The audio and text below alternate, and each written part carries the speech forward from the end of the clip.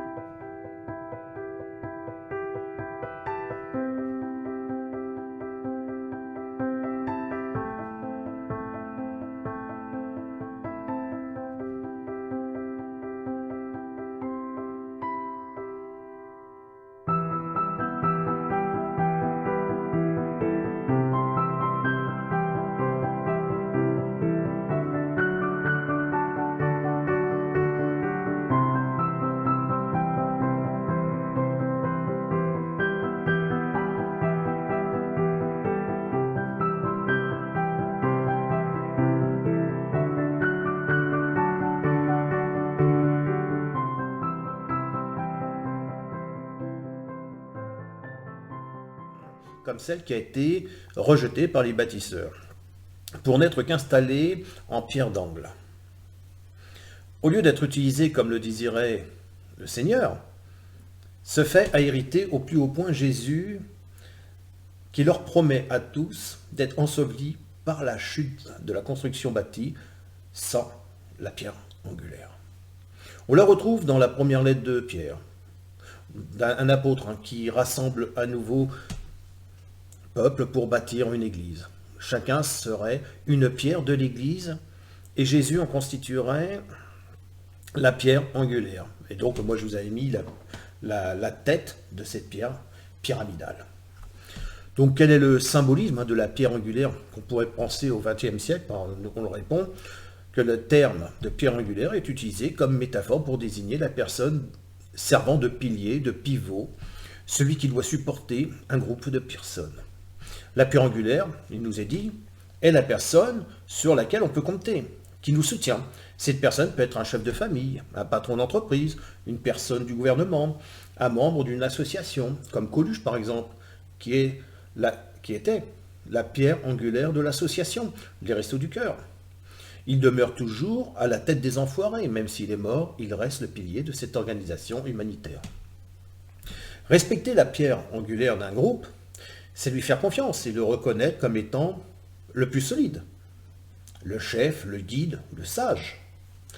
On peut encore faire référence au peuple de Dieu, à l'Église qui est la véritable définition de la pierre angulaire, c'est-à-dire Jésus. Vous constaterez qu'après Russell, c'est vrai que l'organisation des témoins de Jéhovah a changé d'angle sa vision concernant la pierre angulaire. Quand je discutais avec les frères et sœurs, j'ai constaté que les idées étaient assez floues, qu'ils avaient des opinions mais qui étaient peu concluantes. Ils étaient, ils oubliaient souvent l'angle, la tête qui se situe en haut, pour me parler toujours de la tête de ce qui se bâtit, la tête c'est-à-dire la partie matérielle. Alors que dans le Millénium, j'appuie beaucoup sur la partie haute.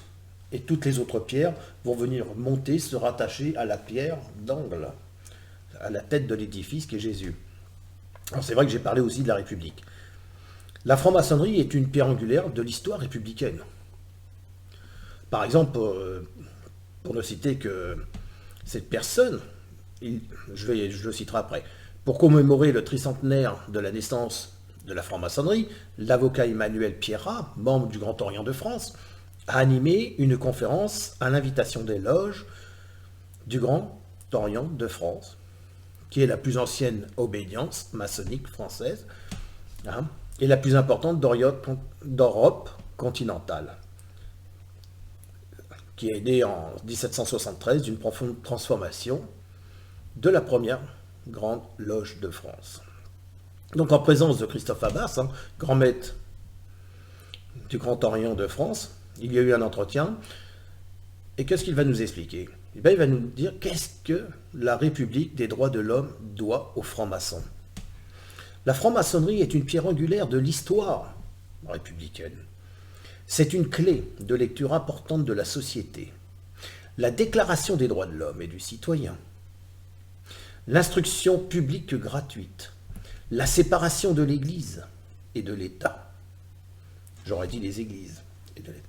Les lois sociales fondamentales, l'impôt, la société des nations, l'étatisation des chemins de fer ou encore la contraception, l'avortement, le divorce et l'abolition de la peine de mort ont été inspirés par la franc-maçonnerie. Des hommes et des femmes illustres ont œuvré au sein des loges ou à leur côté. À l'exemple de Lamartine, qui n'était pas franc-maçon, mais qui a collaboré avec les loges au printemps 1848. Eh oui. Les francs-maçons, il y a eu aussi un frère de Louis XVI qui a collaboré pour le faire décapiter, car il était bien positionné dans la franc-maçonnerie. Donc à l'heure de la refondation politique naissante, quel rôle peuvent jouer les francs-maçons? Eh bien, il nous explique, hein, les loges sont des laboratoires d'idées, des antichambres de pouvoir, mais aussi des lieux de résistance et des boussoles pour donner un cap. La franc-maçonnerie tend à devenir une alternative entre l'Église et les partis politiques. Mais si l'on croit, comme c'est mon cas, dans la République, à un moment, il faut passer par la franc-maçonnerie. Comme je l'avais déjà dit dans une de mes vidéos, il n'y a ni gauche ni droite, ce sont deux appareils de l'État idéologiquement, ce qui est plus dangereux, puisque l'idéologie, hein, c'est ce qui amène au totalitarisme, idéologiquement complémentaire. C'est pour ça que lorsqu'on dit que le débat, c'est l'âme de la démocratie, oui, ça dépend de quelle démocratie on parle. Je pense sincèrement que l'idée de 1914 était plutôt la venue du diable, confondue par Russell avec le Christ.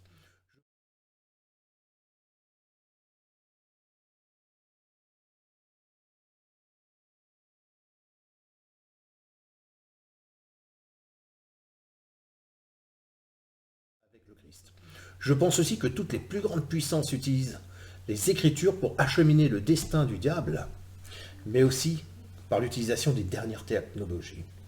Nulle part dans la Bible, il semble noter que Satan soit l'adversaire du Père, de Dieu, mais par contre il est celui de l'homme. Il suffit de relire l'histoire, même de Job. Imaginons un seul instant que vous croisez une personne comme moi dans la rue. Nous discutons, suite à cette discussion, vous me dites, mais tu es de quel parti politique? Je vous réponds, je suis témoin de Jéhovah, quant à savoir les affaires politiques, je reste neutre. Franchement.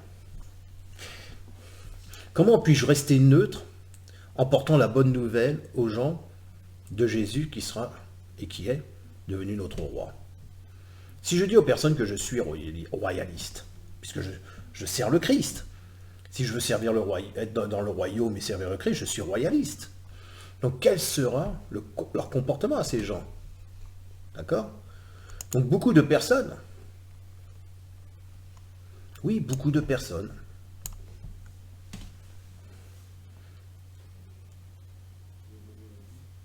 Pour se poser la question. Déprécier que je dise que je suis royaliste. Vous voyez leur comportement. Car aujourd'hui, beaucoup vous disent qu'ils servent Jésus, mais certains sont de droite, d'autres sont de gauche, d'autres sont... Et non.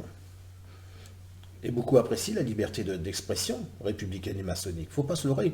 On la critique, mais beaucoup ne peuvent vivre sans. Un homme de roi est disposé au salut et reconnaît Jésus comme son futur roi. Nous sommes souverains de notre libre arbitre. Alors gardons cette souveraineté pour servir Dieu et ne pas se laisser compromettre par une souveraineté maçonnique. La grande question serait de dire, est-ce que Charles Taze Russell était réellement, comme on le dit, un franc-maçon du rite York? Moi je l'ai pensé un certain nombre d'années, mais aujourd'hui je pense toujours la même chose. Est-ce qu'il a réellement visité la pyramide de Gizeh?